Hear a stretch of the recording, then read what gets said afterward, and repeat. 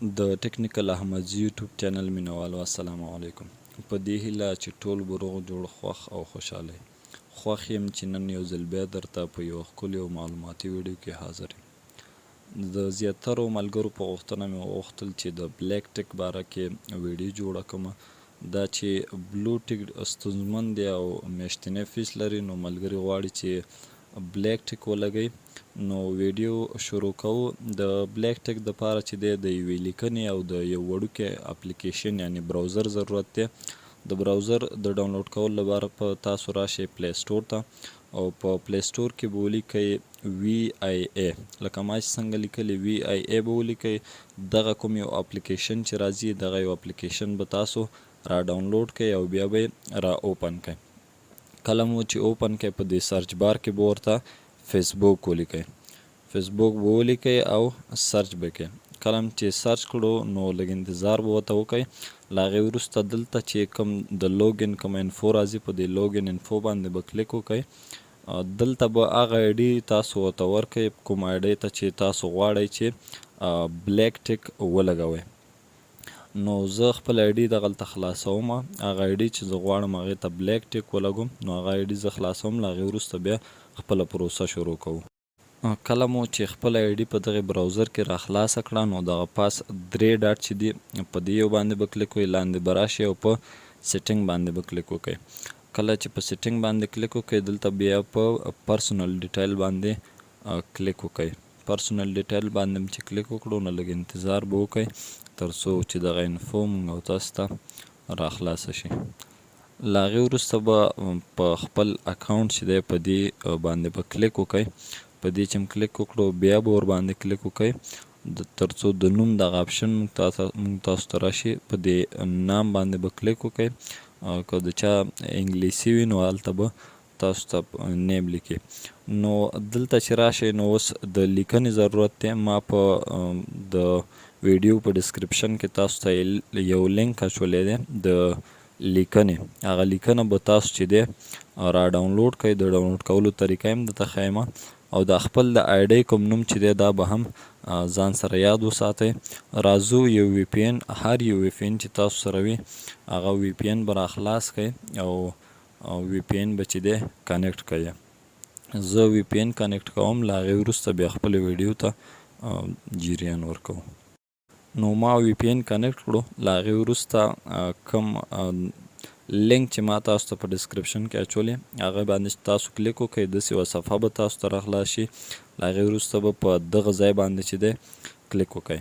کله چې په دې ځای باندې کلیک وکړئ نو خپل هر یو جیمیل چې تاسو به هغه ورته انتخاب کړئ او په اوکې باندې به دلته کلیک وکړئ. کله چې په اوکې باندې کلیک کړئ نو تاسو ته دا چې دی ډاونلوډ شو. کله چې دا ډاونلوډ شو نو تاسو به چې دی دا ټول داسې سلیکټ کړئ. کله چې سلیکټ کړو نو دا به له دې ځای څخه کاپي کړئ.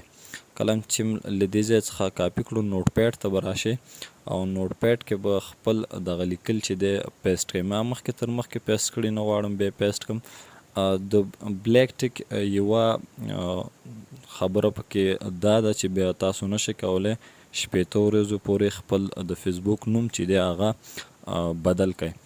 نو دغلته چې دغه یور نیم لیکلی دی په دغه ځای باندې، دغلته چې یور نیم لیکلی او دغلته دلته به چې دی تاسو کلیک وکړئ. دغه د اینه وروسته دلته به کلیک وکړئ او دا یور نیم چې دی دا به وران کړئ.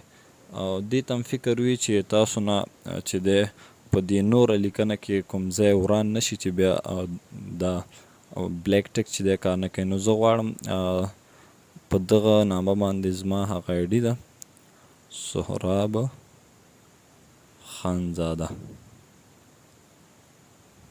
کله چې دا ویل کړو نو بیا به هغې نه وروسته سپیس نه ورکوئ.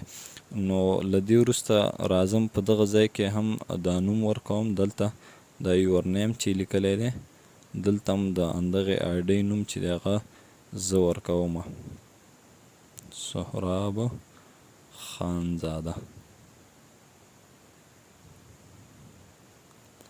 نو کله مو چې دا نوم ورکړو له هغې وروسته به چې دی دا ټول لیکل یو ځل بیا کاپي کوئ.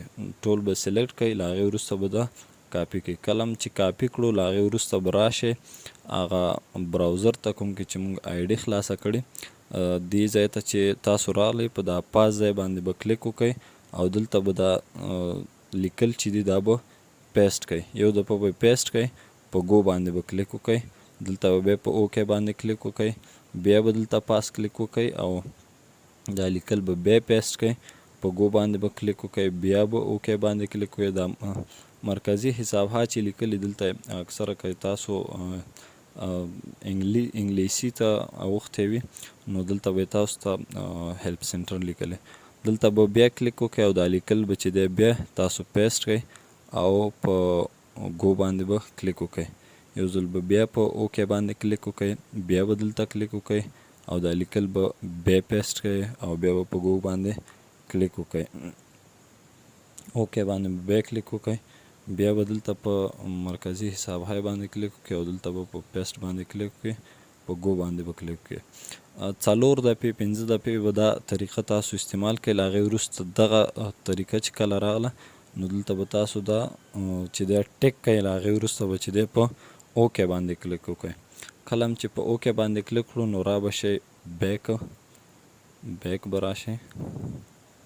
کله چې بیک تاسو راغلی له هغې وروسته به چې دی خپل اکاونټ ته راشئ. زه دغلته کلیک کوم، ګورم چې زموږ بلیک ټیک چې دی بالکل زموږ بلیک ټیک چې دی هغه فعال شوی دی. تاسو دلته کتلی شئ چې زموږ د بلیک ټیک کوم علامه چې د هغه راغلې وه نو دا وه د بلیک ټیک د فعالولو طریقه. تر بیا او داسې ښکلې ویډیو لپاره د خدای په امان.